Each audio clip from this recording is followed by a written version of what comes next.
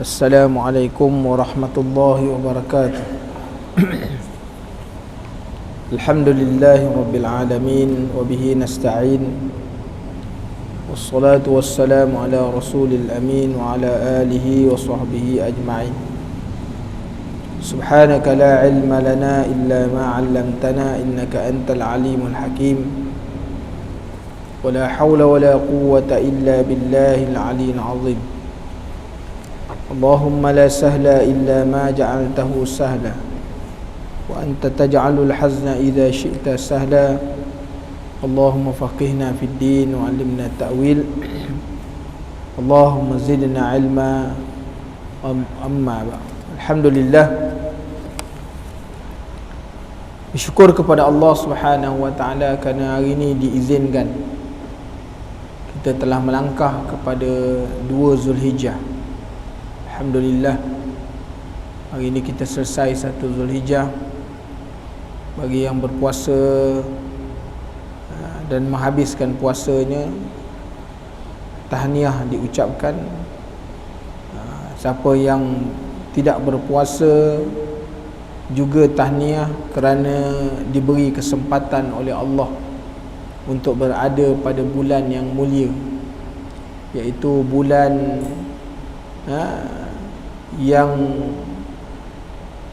ibadahnya lebih afdal daripada hari-hari yang lain, kerana tidak ada satu ibadat yang dilalui pada bulan Zulhijjah yang lebih dikasihi oleh Allah Subhanahu wa taala.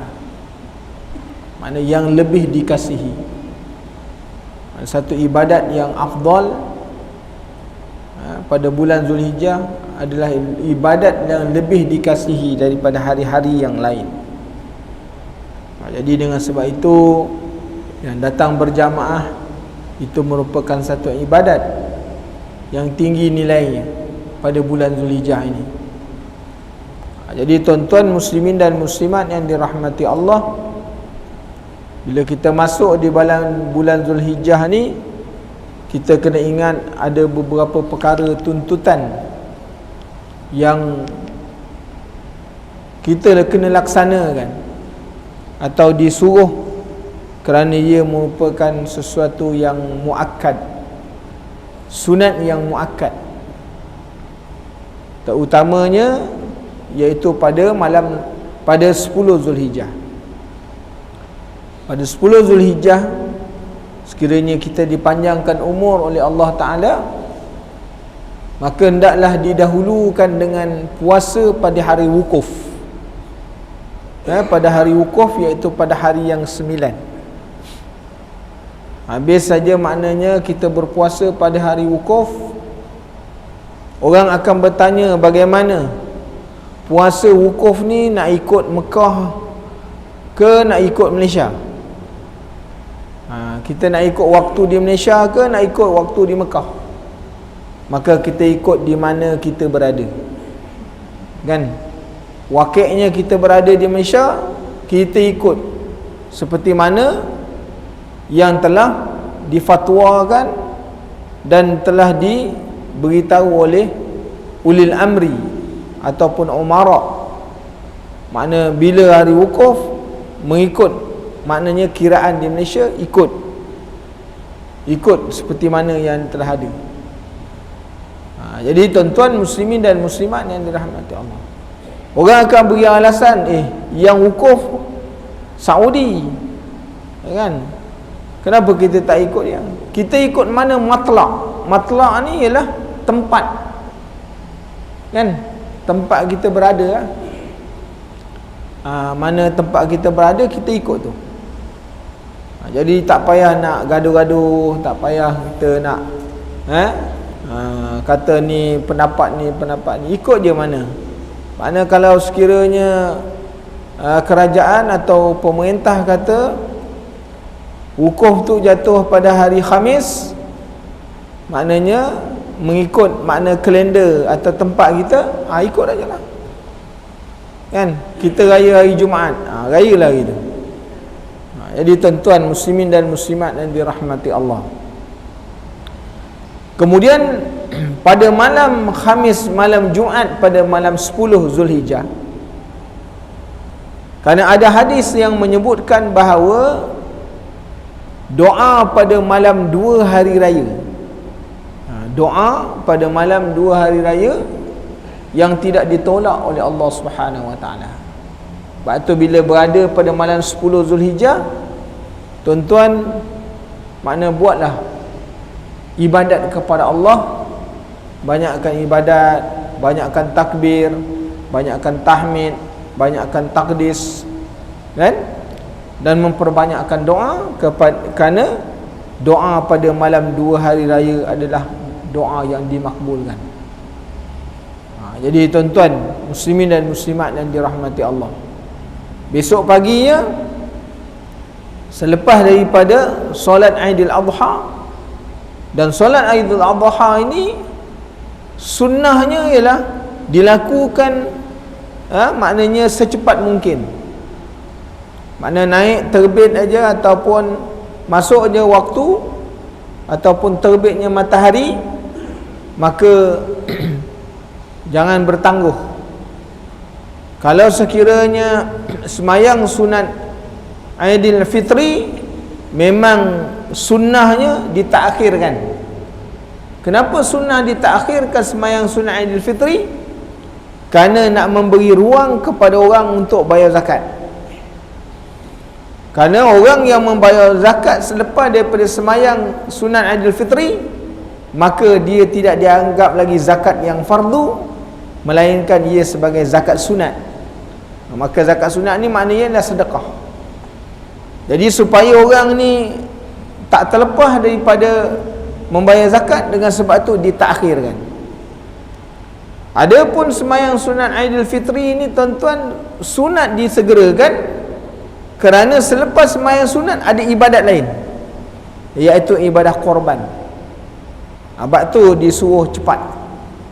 Sebab Rasulullah SAW selepas daripada solat hari raya Aidil Fitri, Aidil Adha, dia baca khutbah. Lepas baca khutbah, Rasulullah SAW telah menyembelih 60 ekor kambing dengan tangannya sendiri.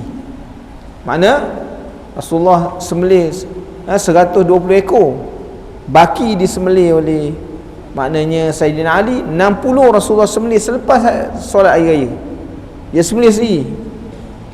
Jadi nak tunjukkan makna kuat tak kuat Rasulullah SAW. 60 ekor tu kan, kita seekor pun gigil, takut kena tendang dengan lembu kan.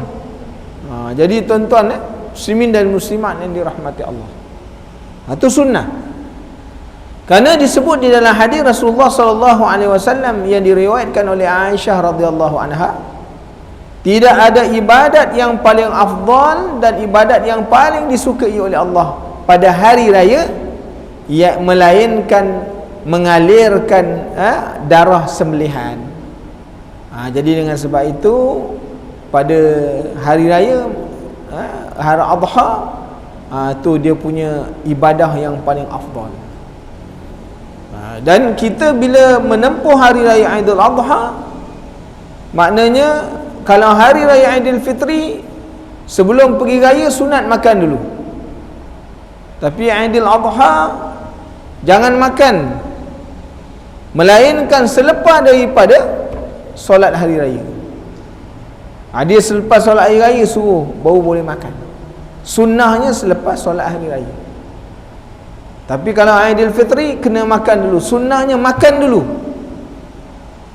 Kerana apa suruh makan dulu? Nak menunjukkan satu hari raya tak boleh puasa, itu makan. Jadi tuan-tuan muslimin dan muslimat yang dirahmati Allah, kan? Sembelih binatang korban, kerana Aisyah kata hadir Rasulullah SAW, binatang korban yang disembelih besok akan datang kepada Allah Subhanahu Wa Taala dalam keadaan kalau sekiranya binatang tu bertanduk, berkuku, berbulu, akan sebagai maknanya timbangan yang memberatkan suratan amal. Jadi dengan sebab itu kalau sembelih binatang korban, cari yang tanduknya panjang-panjang, kan tak? Cari tanduk yang sempurna, tu semua dikira sebagai pahala, kan? Cari bulunya yang lebat, kan? Kalau kambing, jangan cari kambing, cari biri-biri. Tu biri-biri, bulunya banyak. Supaya apa? Ini semua besok jadi maknanya timbangan amal, kan? Cari yang badannya besar, kan?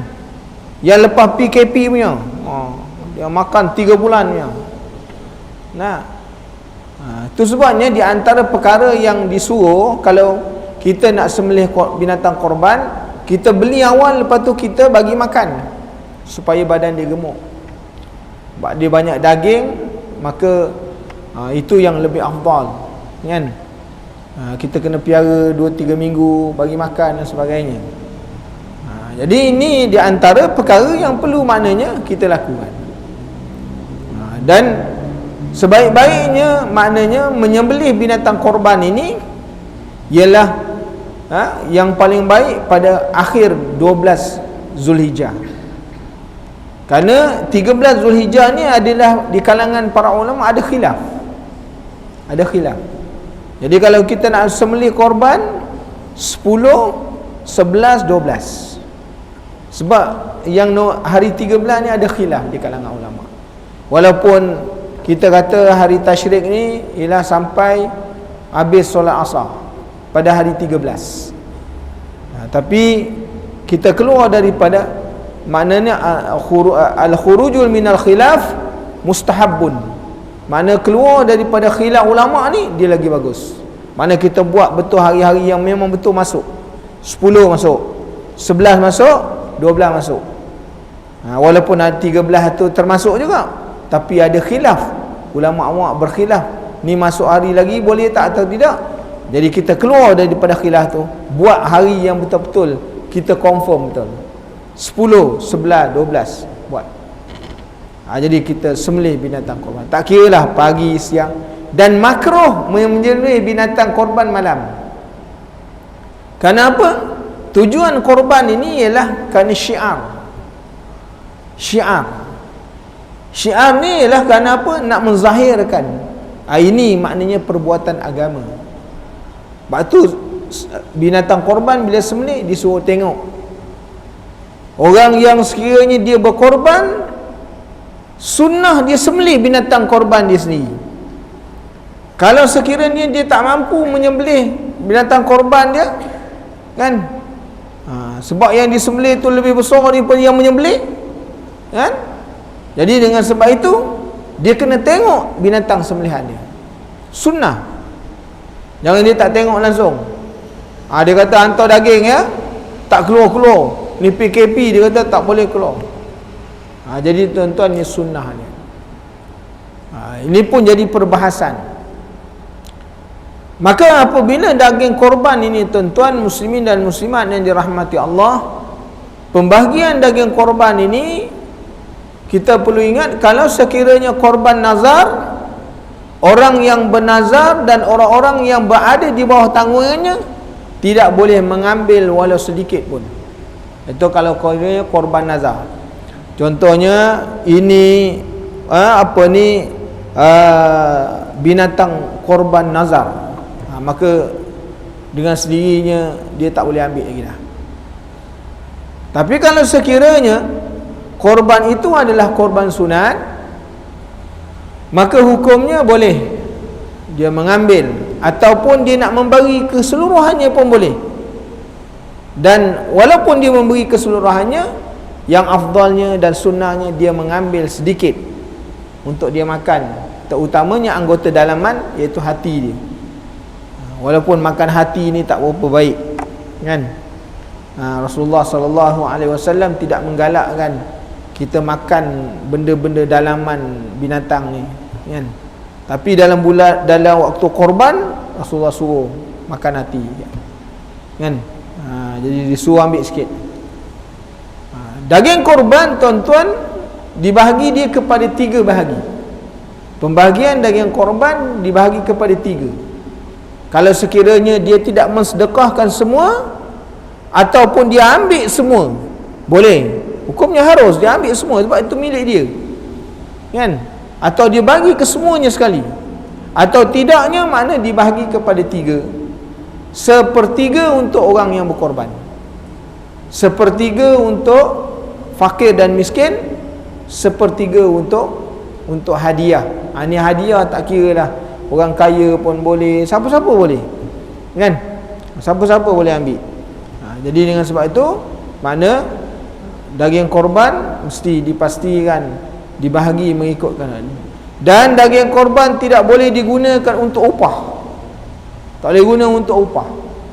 Contohnya upah untuk penyembelih, upah untuk petugas, hukumnya tidak sah, kan? Menggunakan daging korban untuk upah, maka hukum dia tidak sah. Mana pemberian tu tak sah. Jadi tuan-tuan muslimin dan muslimat, dan daging korban tidak boleh dijual, sama ada orang yang menerima ataupun orang yang maknanya yang berkorban.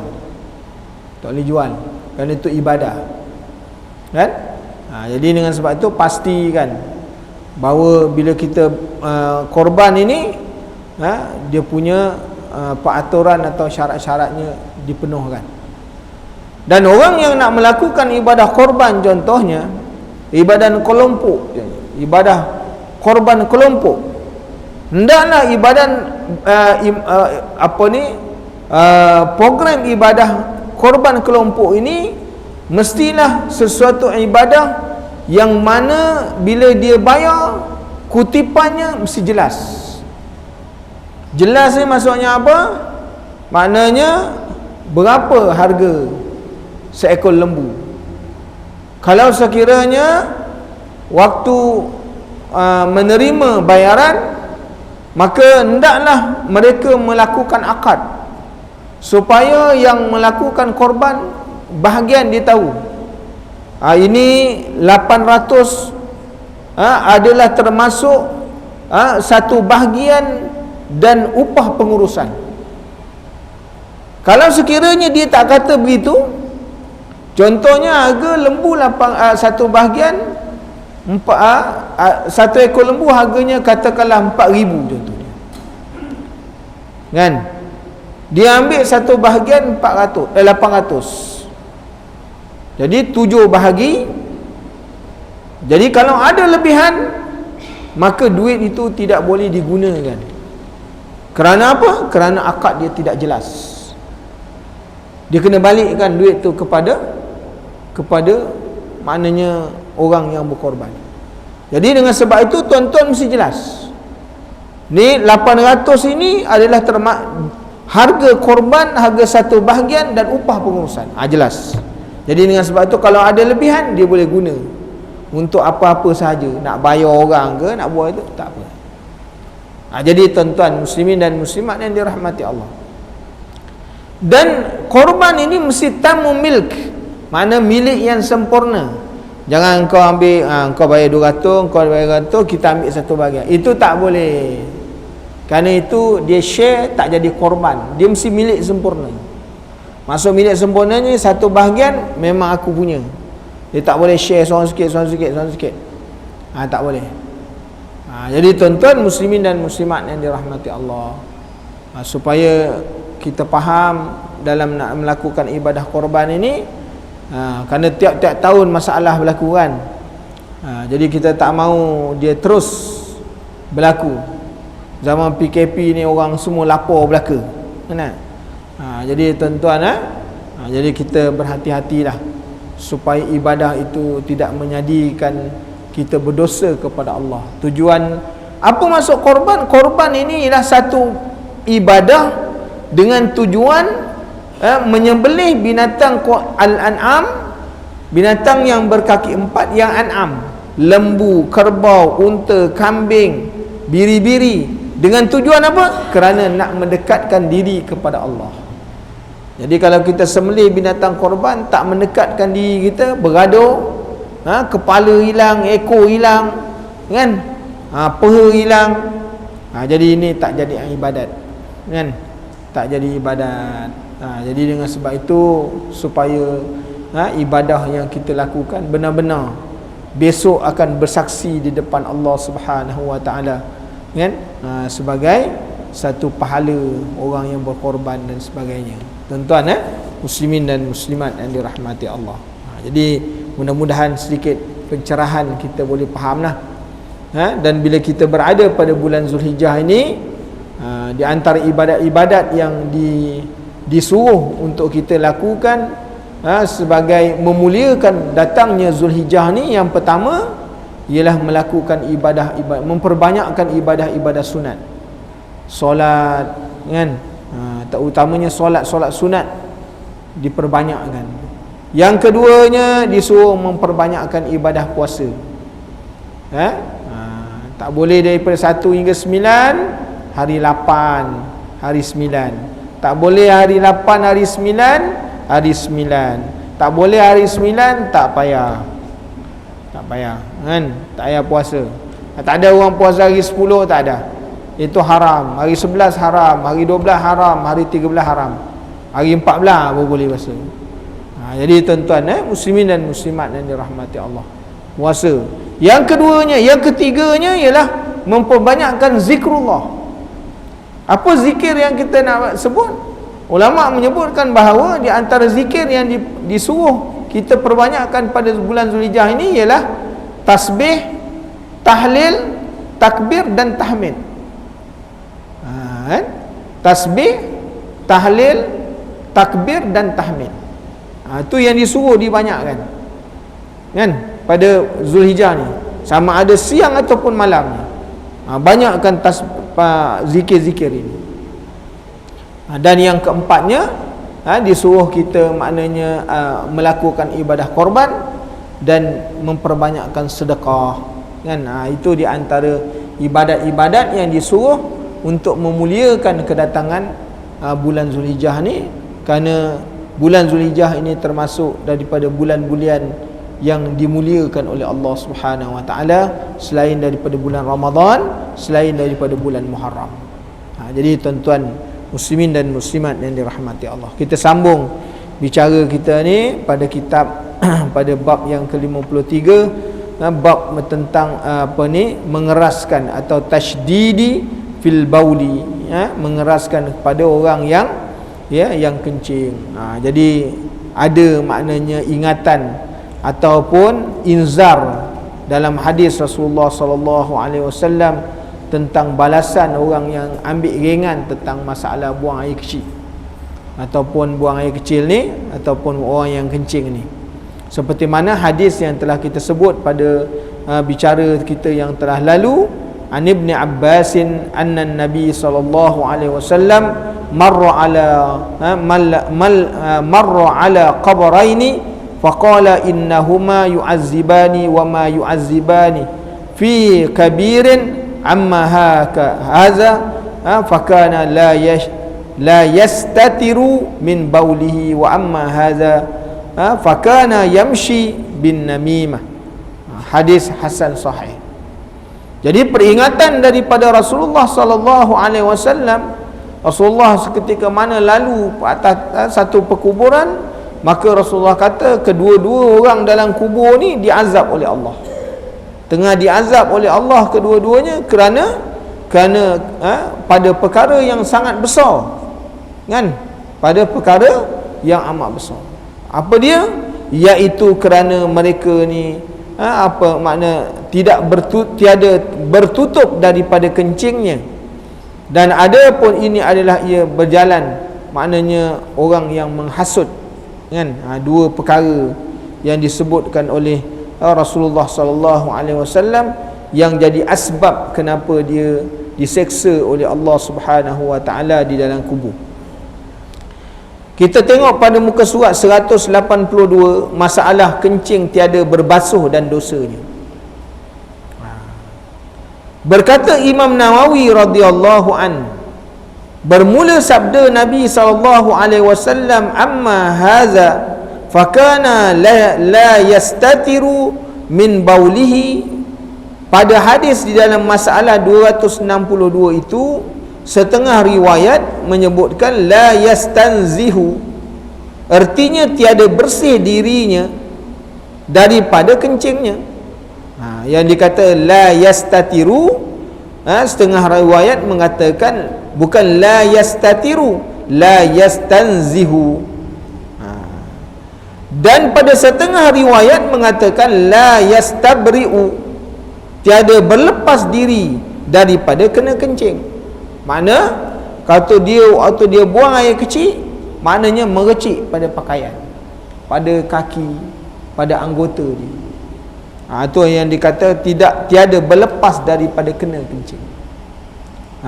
Jadi tuan-tuan, makna waktu dia buang air kecil, dia tak berhati-hati, sehingga makna bila dia buang air kecil merecik dekat pakaian, kena pada pakaian, kadang-kadang kena pada kaki dia, betis dia, kadang-kadang dia tak perasan.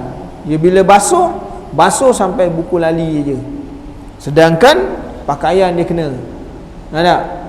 Kerana bila dia ni, dia tak senting dulu dia punya seluar, baju tak diangkat dulu dan sebagainya, menyebabkan terkena pada tubuh badan dia.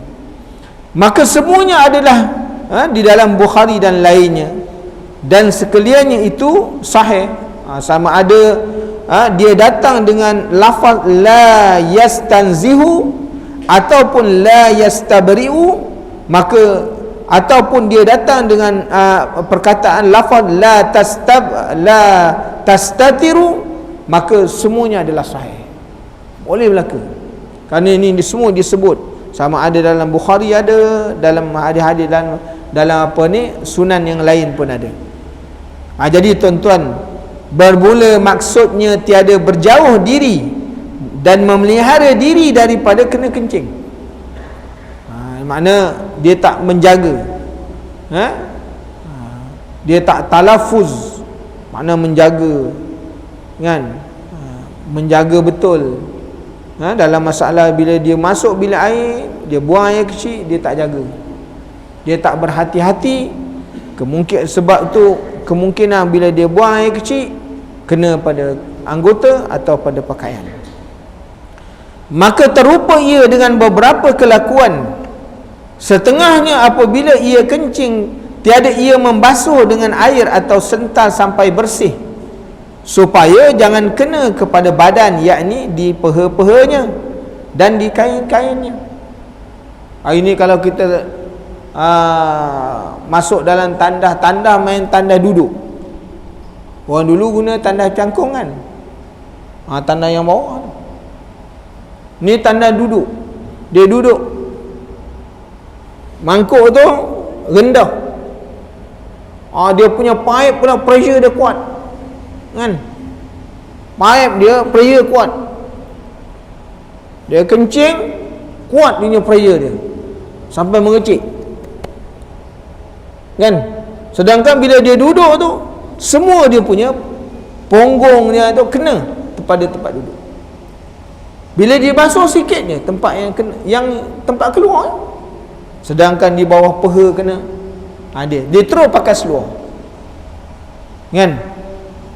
Jadi tuan-tuan muslimin dan muslimat yang dirahmati Allah, jadi kerana kemungkinan kena pada pakaian, kan. Sebab kalau tandah duduk tu memang payah, nak buang air kecil payah, kan. Kena pula tandah pula tak ada tempat penyangkut pula, kan. Tak ada tempat penyangkut apa, bila buka seluar tak ada tempat penyangkut, gantung dekat itu, tengok bangun dah tak ada, orang sebelah ambil, dah tak boleh keluar. Jadi macam mana itu? Jadi ini benda-benda yang kita nak kena ambil perhatian, walaupun nampak simple, kan, nampak simple. Jadi kita jangan pandang ringan lah. Kita jangan pandang ringan masalah ni. Yang jadi sebab kita pandang ringan tu datang hadis Rasulullah sallallahu alaihi wasallam. Waktu Rasulullah beri peringatan 1400 tahun yang telah dahulu, hari ni kita orang ambil ringan, tak masalah-masalah. Ada. Jadi tu dia. Ada tanda tak ada selak, dia pun letak depan, kan. Dia letak depan pintu, hilang juga selak, kan. Jadi macam-macam tuan-tuan. Batu masalah tandas ni dia ambil berat tau. dalam Islam ni mengambil berat tentang masalah tandas. Dia ambil berat kerana tandas ni lah nanti yang akan dia berkesinambungan kepada masalah ibadat. Sebab tu kalau kita lihat orang-orang dulu punya tandas, dia terasing daripada masjid. Dia memang terasing bangunan dia, tak dicantumkan. Kerana orang yang masuk tandas ni bukan semua kepahaman jenis belajar. Ada yang masuk tandas buang air kecil, kaki pun tak basuh. Jadi memang macam tu, dia terus naik atas katil dia, tidur, kaki pun tak basuh, kan? Jadi dia berjalan, dia membawa dia memindahkan maknanya najis daripada tempat tu kepada tempat yang bersih. Daripada tempat basah bawa pindah kepada tempat yang kering.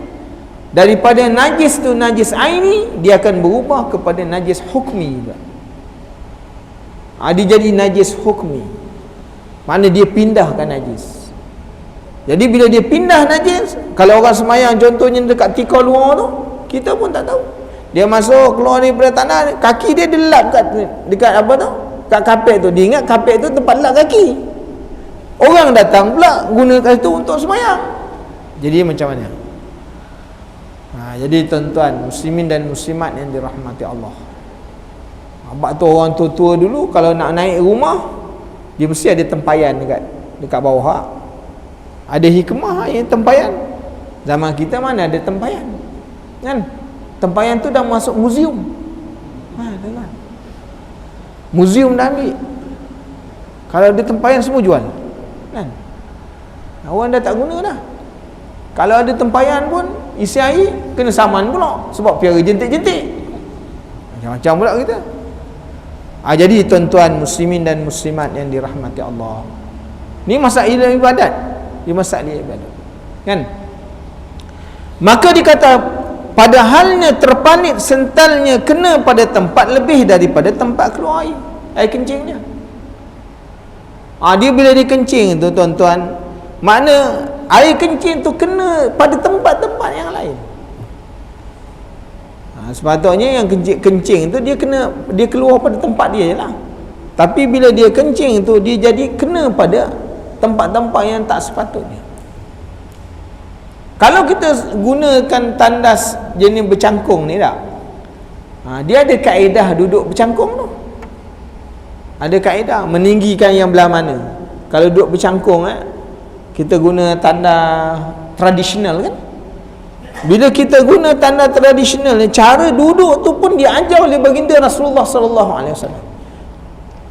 Peha yang mana nak kena tinggi, peha yang mana nak kena rendah. Dia bukan boleh main duduk-duduk je. Dia ada cara dia. Nak tinggi mana? Yang lutut peha sebelah kanan ke peha sebelah kiri. Kemudian tumit ni, dia punya tumit nak tekan kat mana? Nak tekan bila kita duduk tu, tekan belah mana? Tumit tu yang kanan nak kena tekan ke, atau tumit yang belah kiri ke nak kena tekan bawah kita punya ponggong ni? Itu semua diajar tuan-tuan. Sebab tu bila buang air kecil, buang air besar, menggunakan cara tandas tradisional ni, kerana dia lebih tepat dengan sunnah Rasulullah sallallahu alaihi wasallam. Zaman sekarang orang semua dah sakit lutut, kan? Semua sakit lutut. Jadi susah juga nak.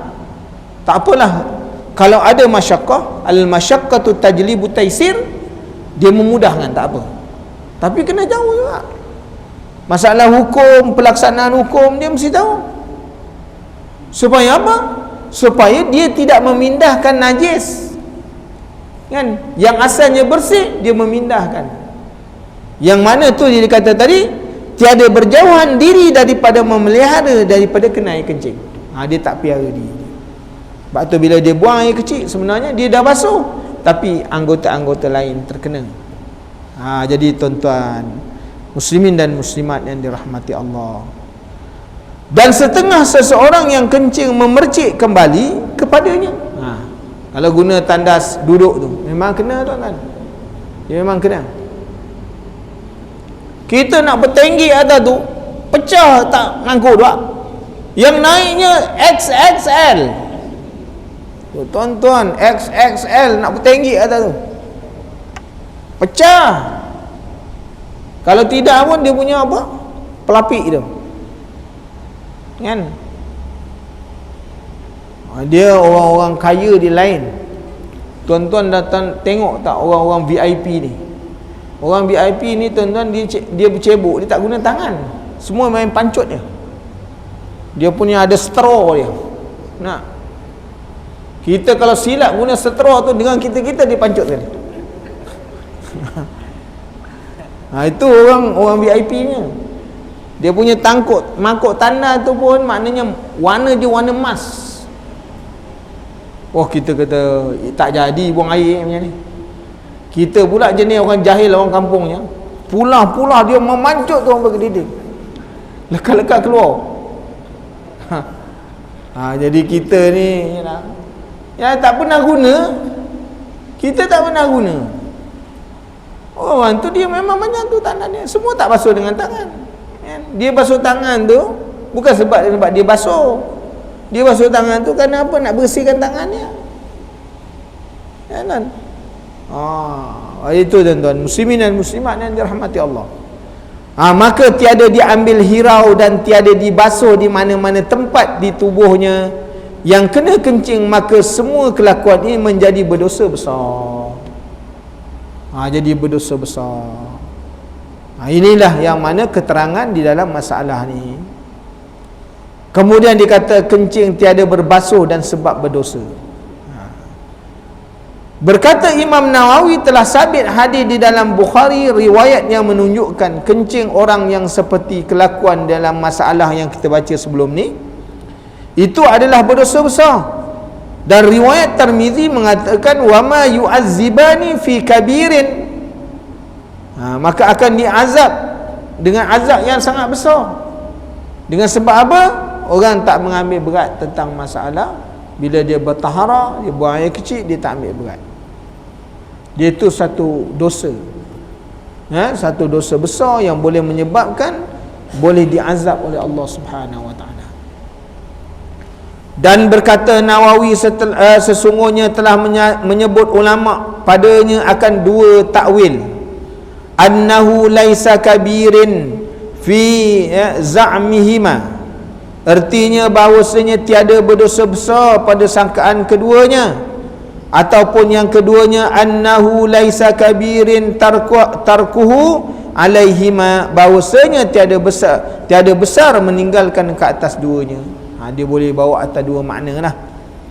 Dan sebab dosa besar itu kerana ketiadaan bersih daripada kencing itu, bukankah seperti kelakuan yang disebutkan dalam masalah yang sebelum.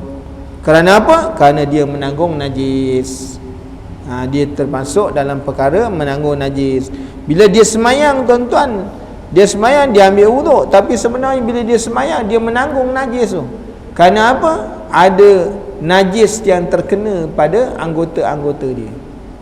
Sebab tu dia dikatakan orang yang menanggung najis. Dengan sebab tu solat dia jadi tidak sah, kan? Sebab contohnya lah, kalau sekiranya kita semayang tak, kita semayang, anak kita tu dia kencing pakai dalam pampers, ataupun dia berak dalam pampers, dia pegang kain kita, waktu kita naik dia turut naik, dia tak melepaskan. Kita turun, dia turun, kan? Dia pegang terus. Maka yang ni dikata orang yang menanggung. Tapi kalau dia pegang, waktu kita naik dia lepaskan, itu tak termasuk. Itu tak termasuk. Sebab tu kalau dia pegang ni, sebab tu kalau tali itu dia bernajis, kan, kita naik, dia naik ikut sama, maka itu kata menanggung. Itu menanggung najis sama dia. Sebab tu jadi tak sah. kan. Tapi kalau kita pijak, dia tidak turut ikut, maka itu bukan. Jadi tuan-tuan muslimin dan muslimat yang dirahmati Allah, orang bawa anak pergi tawaf, anak kencing, dia pusing tu, dia menanggung aja lah. Mana nanti kalau dia tawaf dia tak sah, sa'i dia tak sah, dia bertahalul tak sah, kena dam lagi, kena dam kan. Umrah dia tak sah. Sebab apa? Tidak sah sa'i dan tahallul, melainkan mesti sah tawaf. Tak sah tawaf, tak sah lah sa'i, tak sah, makna tahallul pun tak sah. Dia bercukur, maka setiap helai daripada cukuran kena dam. Jadi tuan-tuan muslimin dan muslimat yang dirahmati Allah, jadi sebab tu kita kena berhati-hati kan. Bukan tak boleh nak bawa budak kecil-kecil ni pergi umrah, boleh, tak ada masalah, tapi nak kena jaga betul lah. Kalau boleh jaga je kan? Jadi kita yang besar pun tak boleh nak jaga, apatah lagi yang kecil. Jadi ni tuan-tuan, maka orang yang menanggung najis itu sudah maklum tiada sah sembahyangnya kan. Maka jika sembahyangnya dengan najis juga, nasaya hukumnya meninggalkan sembahyang kerana tiada sahnya. Maka meninggalkan sembahyang itu berdosa besar. Dia sembahyang tu, hukum sembahyang dia tak sah, dan dia dianggap bahawa kalau dia sembahyang tu, dia sembahyang tak sah, dan dia anggap bahawa orang yang meninggalkan solat. Sebab apa? Sembahyang dah tak sah. Nanti masuk waktu isyak, maghrib tak sah sebab menanggung najis. Sebab menanggung najis, orang menanggung najis, sembahyang tak sah. Sembahyang isyak pula tak sah juga. Jadi dengan sebab itu, dia dalam keadaan yang berdosa besar. Jadi tuan-tuan muslimin dan muslimat yang dirahmati Allah, masalah yang seterusnya, dia kata apa? Menghasut. Dia kata itu mengacung. Dia kata menghasut. Namimah tu maksudnya menghasut. Dan rupa kelakuannya, maka sejahat-jahat manusia di dalam dunia ini ialah orang yang menghasut kan. Maka mengenalnya ialah seseorang yang pergi kepada salah seorang daripada dua orang yang berkelahi, iaitu yang sudah bermusuh atau yang sudah bertaruh-taruh dendam di dalam hati, atau pergi kepada seorang yang telah berbekas hatinya ke atas seorang yang lain. Pemergiannya itu dengan menunjuk diri rupa kekasih dan kawan setia. Dia datang tu, ni dua orang ni memang belaga. Belaga. Tim A dengan tim B. Ni tim lama, ni tim baru. Belaga dia. Jadi dia pun datang kepada salah seorang daripadanya dengan rupa kasih, dia kata. Rupa kasih ni mana? Memang baik lah.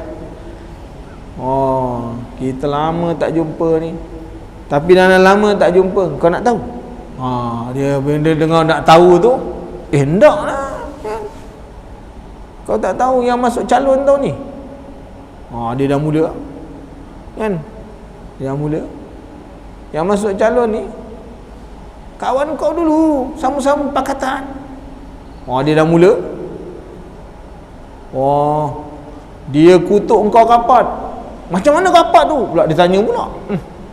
Hancur kan? Tak kawan-kawan pun tak ada apa-apa pun. Dia gitu, dia datang kan?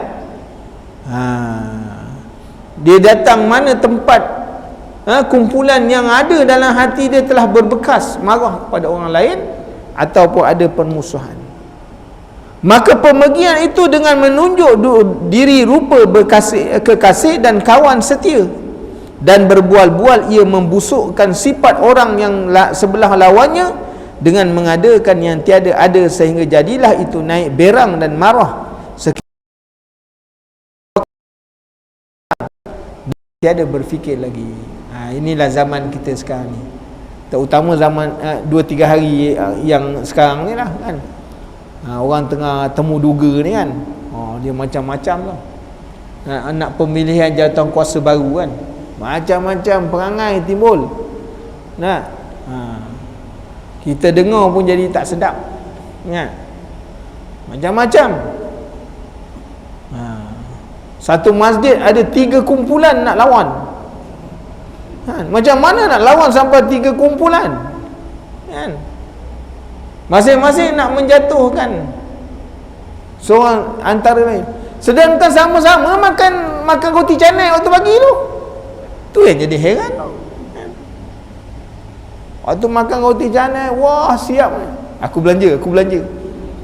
Tapi bab ni tuan-tuan, dia hilang kawan, dia hilang saudara, kan? Dia dah tak kenal lagi dah maknanya tuntutan agama ni. Bukanlah jawatan PM tuan-tuan, jawatan kuasa masjid je, kan? Jawatan kuasa masjid je. Bukan dapat buka peti tabung pun, kan? Bukan orang bagi kunci peti tabung, jawatan kuasa je.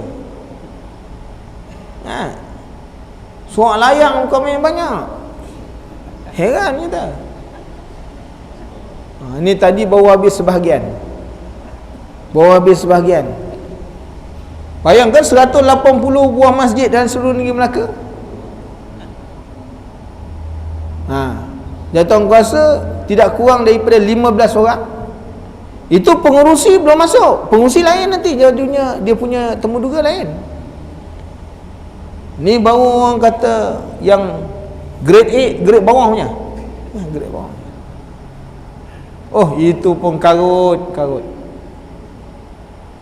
Kita tanya polis yang temuduga tu, macam kita kata, tuan, panas kan? Dia pun panas, kita lagi panas, kan? Tuan-tuan bayangkan. Jadi kita, tuan-tuan, ni amanah. Bukan parti amanah, ni amanah.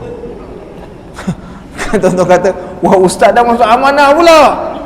Bukan. Tuan-tuan, ni amanah. Rasulullah kata jangan minta jawatan, kan? Jangan minta jawatan. Minta jawatan, orang yang merebut jawatan, nasihat dia tak boleh buat. Jadi tuan-tuan, zaman sekarang orang nak rebut jawatan, kan? Dah dapat, batang hidung pun tak nampak. Minta maaf lah tuan-tuan, kalau bukan orang sini lah, ni orang sebelah-belah Parit Buntar tu,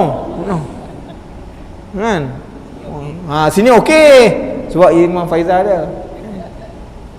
Jadi tuan-tuan, Rasulullah kata jangan minta jawatan. Kita pun pening tuan-tuan nak menyelesaikan. Saya dengar pun saya pening kepala, kan? Kita dengar pun pening. Kadang-kadang orang yang nak rebut jawatan ni tuan-tuan, sama ni kita cakap masalah masjid sikit.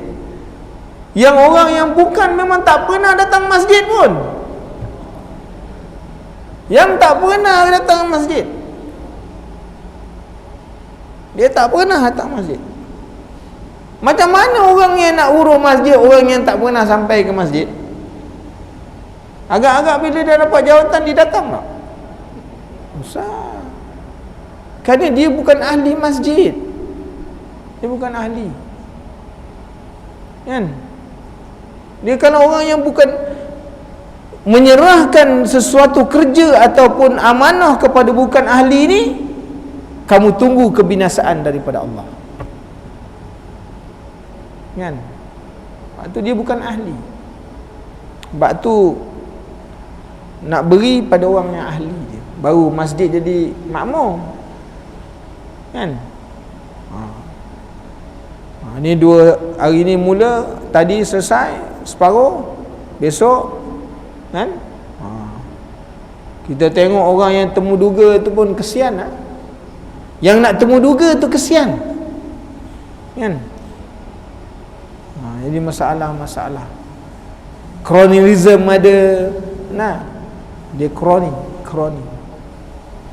Kita pun tak faham tuan-tuan. Okey, itu dah terkeluar sikit lah kan. Ni tadi masalah menghasut, dia dah keluar orang daripada tajuk. Tapi tak apalah, untuk kepentingan kita nak menjaga rumah Allah Ta'ala ni, cari orang yang betul-betul lah tuan-tuan.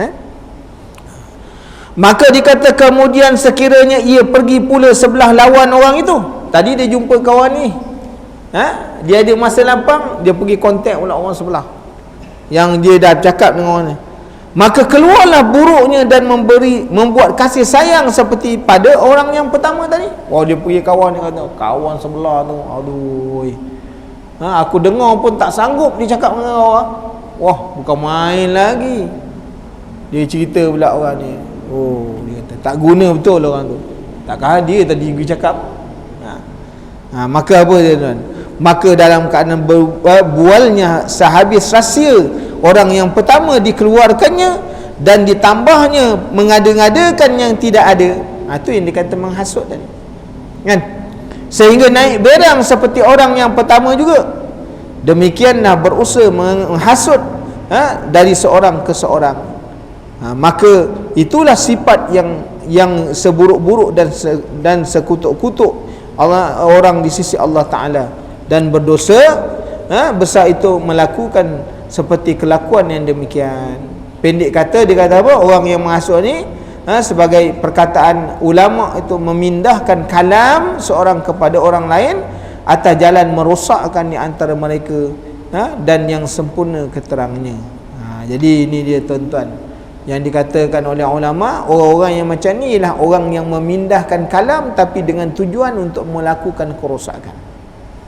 Sebab tu maknanya Rasulullah SAW menyebutkan, dia kata apa? La yadkhulul jannata qattatun. Tidak masuk syurga orang yang menghasut. Orang yang suka menghasut orang, melaga-lagakan orang, tak akan masuk syurga. Itu ingatan Rasulullah SAW. Dalam hadis yang lain disebut, wa amma hadza fakana yamshi bin namimah. Dan ada pun ini kerana adalah berjalan dia mengacung ataupun mengasut-ngasut. Sebab apa dia kena seksaan yang besar? Kerana bila dia berjalan di atas muka bumi ni tuan-tuan, dia suka melaga-lagakan orang. Jumpa orang ni, dia cakap macam ni. Jumpa orang ni, jadi orang bergaduh sesama. Dia jadi bergaduh sesama mereka. Maka dia kata azab dan najis kencing seperti mana disebut tadi, sabit bahawa azab kubur ialah mazhab ahli al-haq. Maknanya bila cerita tentang azab kubur ni tuan-tuan, bukan satu maknanya cerita dongeng, kerana ia merupakan sesuatu yang pasti, yang benar kan. Nak tahu benar tak benar, kerana Rasulullah sendiri dah beritahu dah bahawa memang ada azab kubur kan. Bersalahan dengan orang Mu'tazilah pula, dia kata tak ada azab kubur, tak ada. Jadi kita ni berpegang kepada i'tiqad ahli sunnah wal jamaah, kita kena tahu azab kubur ada, kena yakin, kerana itu termasuk dalam perkara sam'iyat yang kita dengar daripada Rasulullah sallallahu alaihi wasallam, walaupun kita tak boleh lihat, kita tak nampak, Rasulullah beritahu je, yakin kerana itu benda sami'at. Kerana apa tuan-tuan? Yang dikatakan maknanya percaya ni, makna tak semestinya percaya itu dapat dilihat. Ada kena percaya benda yang tak dapat lihat, tapi kena percaya. Tuhan kita percaya tak? Kita lihat tak? Tak nampak kan? Kita tak nampak. Tadi saya datang, ada seorang dia ni engineer PA system. Dia ni tuan-tuan masuk Islam kerana dengan mengkaji gelombang. Gelombang ni macam mana mic ni boleh keluarkan gelombang sehingga orang boleh dengar suara. Dia kaji benda tu je, dia masuk Islam. Bekerja sebagai engineer sound system 35 tahun sebagai, maknanya kaji gelombang sampai dapat hidayah. Dia kata kita tak nampak. Kalau kita boleh nampak benda ni, gelombang kita boleh nampak, maka sebab itu kita kena percaya dengan Allah. Allah Ta'ala tak nampak. Dia kata siapa yang jadikan benda-benda yang jadi?